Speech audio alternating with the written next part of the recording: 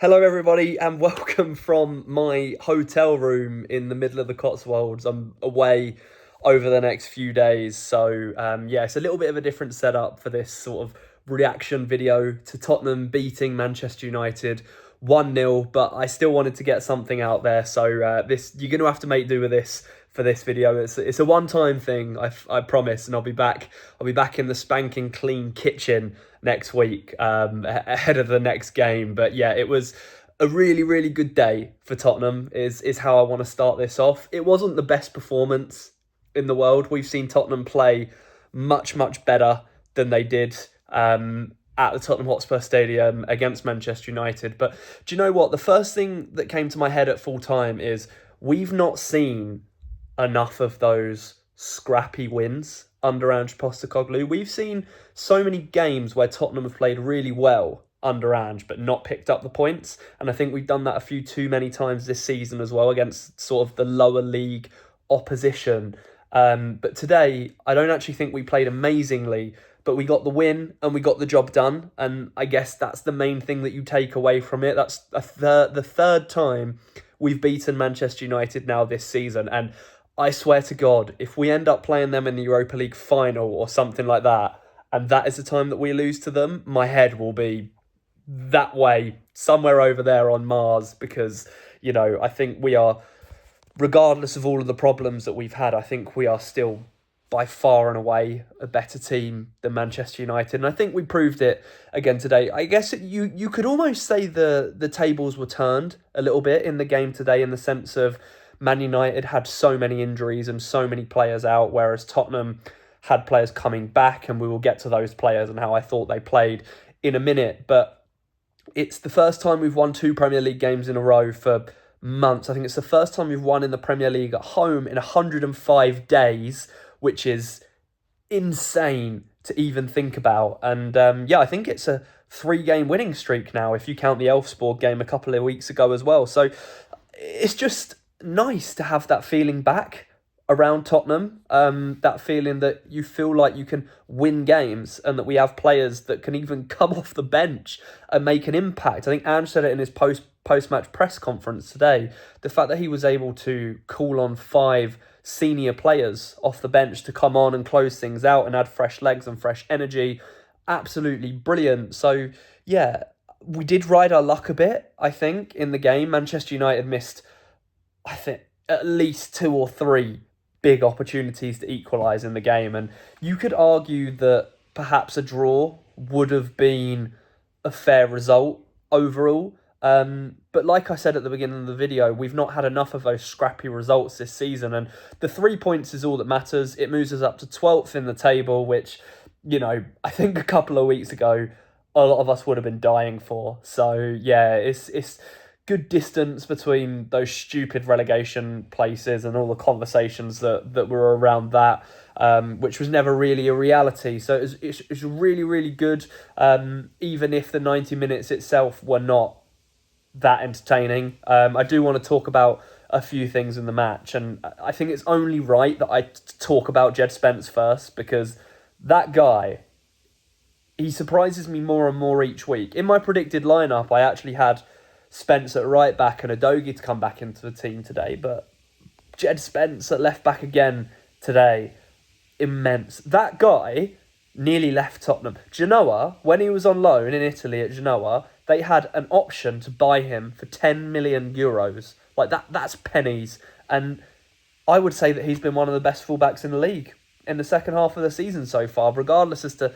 how bad Spurs have been. Jed Spence, as an individual, and the performances that he's put in have been absolutely insanely good, and he was at it again today. Vicario came back in goal, and I think he just gave that extra sort of calmness and assuredness at the back. He was playing those dangerous balls out from the back, but the players very clearly trust him, and that was great to see. He brings that leadership as well. Of course, Son gives him the armband when he goes off very late in the game, so it's excellent to have him back. Kevin Danso, I want to give a shout out to him as well, because I thought he put everything on the line for Tottenham today, and he was worthy of a man of the match shout himself, really. You know, a few times where he had to absolutely sprint back and make last-ditch tackles. He progresses well with the ball in a similar way that Romero does in terms of carrying it up the pitch and then finding the right pass. So that was really good.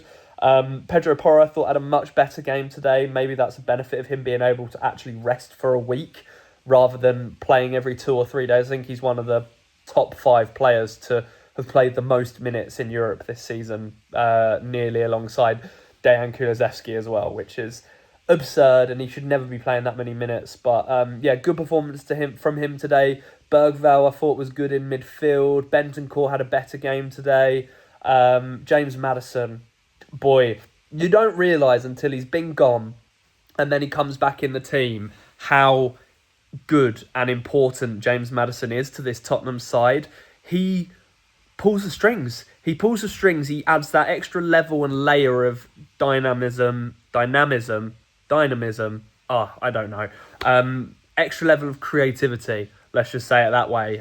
He can make things happen out of nowhere. He links up the pass and he drops deep to get hold of the ball. And our attacks just sort of flow through him. So it was really, really great to see him back in the starting lineup and score his goal. Of course, great work from Bergvall in the goal to get the shot off. And Onana parries it out. And as any good player does, James Maddison is anticipating, regardless as to how good the keeper is, that he's going to spill it. And he got his goal. He did his dart celebration, which was great to see. And he gave a little shush to Roy Keane as well for his comments in midweek about him not being very good, essentially. So that was really brilliant to see. I thought Matis Tell, he had an okay game. I think he tried almost a little bit too hard. It was really unfortunate because you could see how hard he worked, and he collapsed to the ground at the end of the game, and he put everything into it. So you can't really ask for any more than that, but you could see how desperate he was to score his goal. And you could say that he deserved one. He had a couple of good chances in the game, but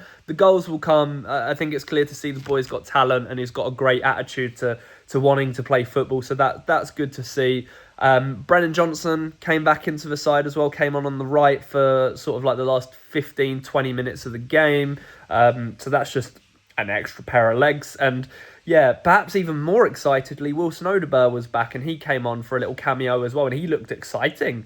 I thought he looked really, really good. He looked sharp. He looked quick. He took on his men. He created a few opportunities. So yeah, isn't it just a great feeling to be able to rely on these players once again? And Udogie was on the bench. He didn't quite come back for this one, which is absolutely fine. And, we just need to get those 2 centre-backs back and then see what we can do. I don't think they're rushing Romero and Van der Ven back because they want them fit for the Europa League games, which is naturally the priority now. So that's really important. But I'm just happy to see players back. It's the 3rd time we beat Manchester United this season, which I'm really grateful for as well, considering Amorim's ridiculous comments in the week about his job being more pressure-based than Postecoglou's because he's at a bigger club. Like, come on, you haven't beaten us in nearly 3 years. Like, silly thing to say. So I'm glad we proved him wrong. And then I also want to give a word on the protest as well. Change for Tottenham and everyone else. Amazing work. I think nearly 2,000 people were...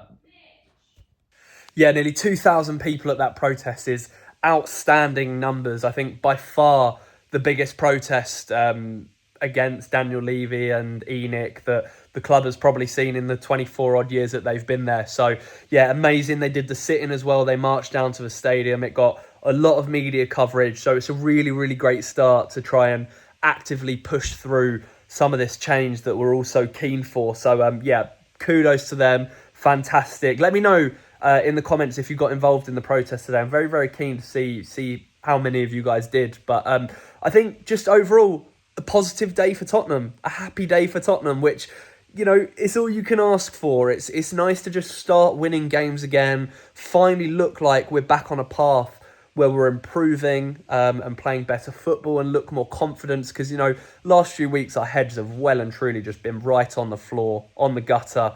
I think Son still looks like he's lacking a bit of confidence, but the other players look like they're finally getting out of that downturn in form. So yeah, tough few games coming up next. Ipswich away, Man City at home, and then we're looking into Europa League territory. So it's the perfect time to start building some momentum. That's 3 wins in a row now.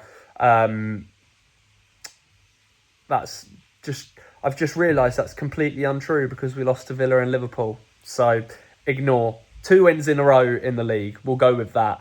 But yeah, let me know what you thought of the game down below today. It was nice for Archie Gray to get a rest. Kulu looks like he needs a rest so badly, but he was better today.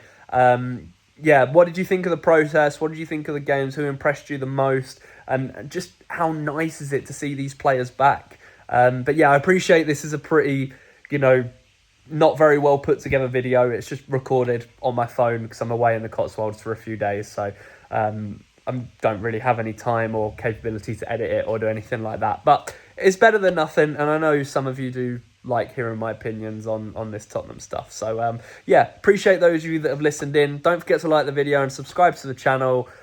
Enjoy your weekends. I'll be back next week when I'm home with some preview for the next game. But until then, up the Spurs. Peace.